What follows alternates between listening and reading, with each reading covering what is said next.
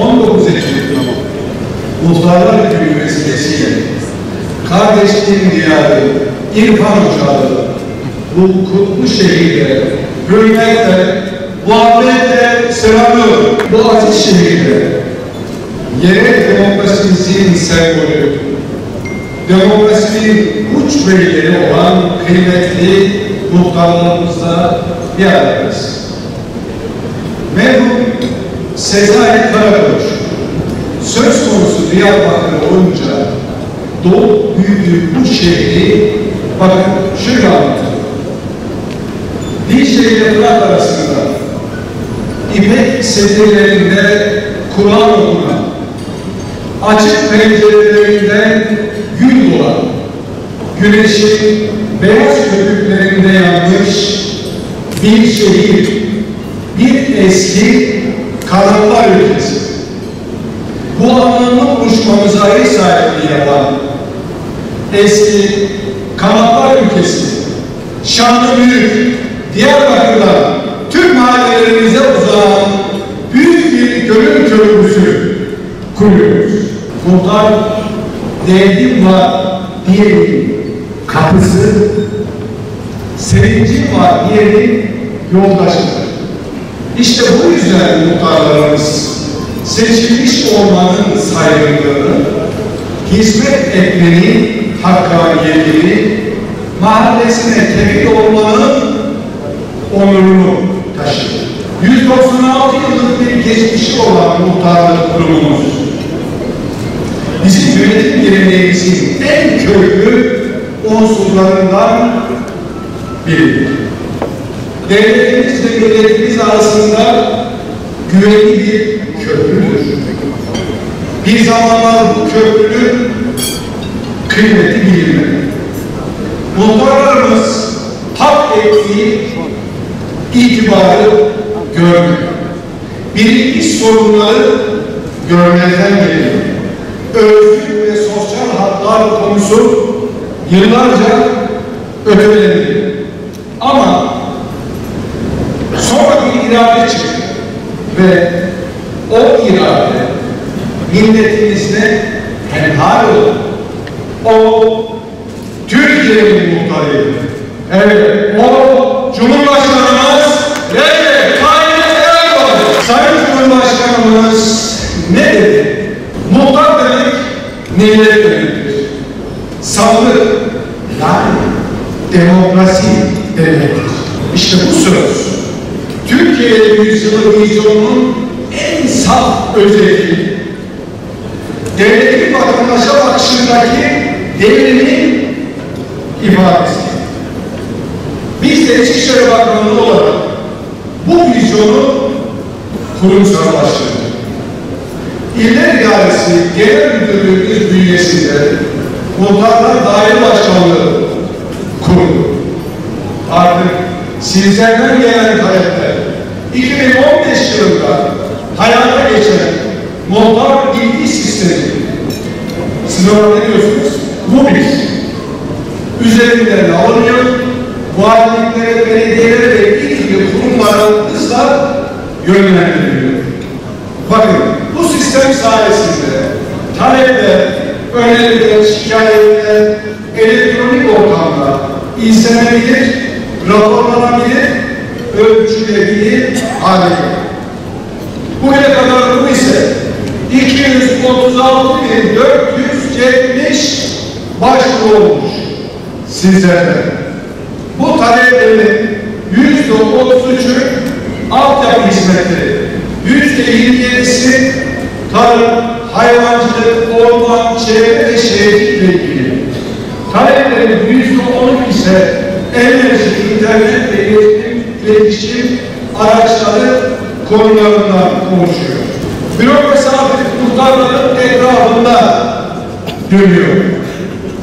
Çünkü muhtar bekleyen değil, bekletilmeden çözüme ulaşan sürecin merkezinde duran kişidir. Böylece hizmet kalitesi arttı, hız arttı, şeffaflık arttı. Devletle mahalle arasındaki mesafe kısaldı. Güven ve iletişim güçlendi. Sadece süreçleri değil, sosyal hakları da iyileşti.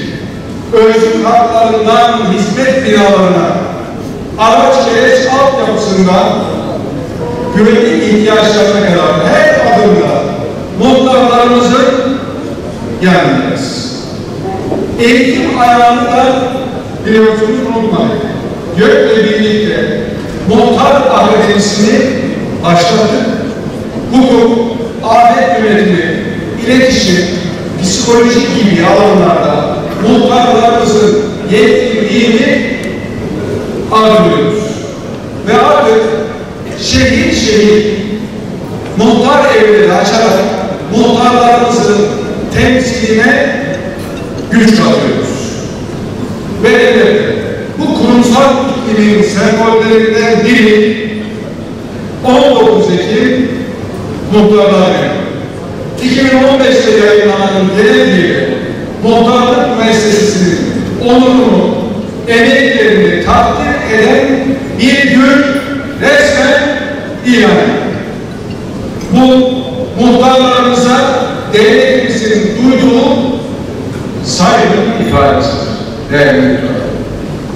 Sevgili kardeşlerim, sizler Türkiye yüzyılının muhtarlarısınız. Türkiye yüzyılı kapısı açık, gönlü açık, ufku açık bir devlet tasavvurudur. Bu yüzyılın omurgasında birlik, beraberlik, kardeşlik var. Büyük ve güçlü Türkiye. Bu idealin en sağlam harcı sizlersiniz. Siz önde yürürseniz mahalle yürür, şehir yürür, Türkiye yürür. Bu yürüyüşün önemli bir hedefi var. Terörsüz Türkiye. Artık bu topraklarda silah değil, söz konuşacak, nefret değil, muhabbet yükselecek. Biz bu ebedi vatanımızda 1000 yıldır Türküyle, Kürtüyle aynı ezanın sesinde birleştik. Aynı kıbleye döndük, aynı cephede şehit olduk, can verdik. Hepimiz aynı yıldızlı bayrağımızın gölgesinde birleştik. Evet, nice karanlık eller bu kardeşliği parçalamak istedi. Ama başaramadılar, Allah'ın izniyle başaramayacaklar. Hani diyor ya Ahmet Ali, bunlar engellikler ve çıyanlardır. Bunlar aşımıza, ekmeğimize göz koymalıdır.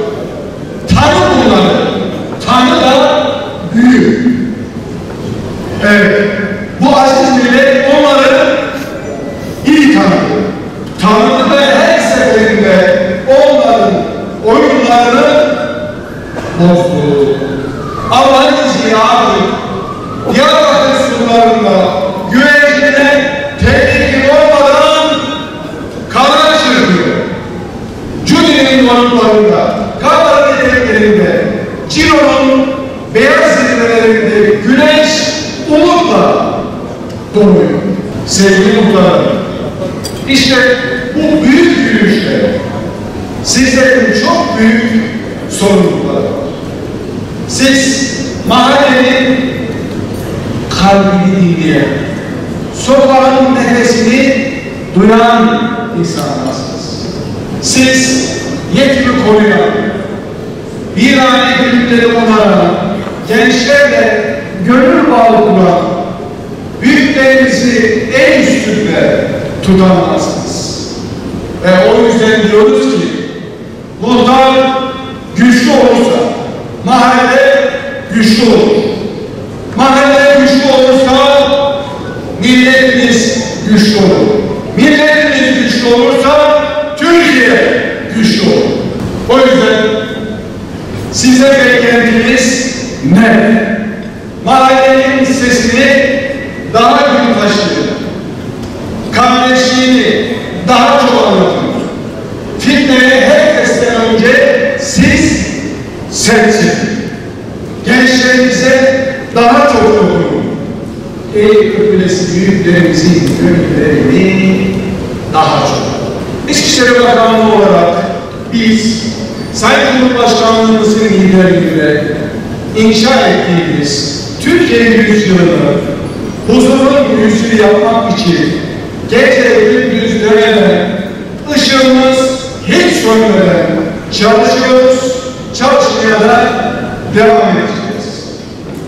675 bin kahraman personelimiz, organize suç örgütlerine aman vermiyoruz. Zehir tacirlerine hayatı zevk ediyoruz. Tüm suç odaklarına hayatı dar ediyoruz. Bu mücadelede bizim en stratejik ortaklarımız siz muhtarlarımızsınız.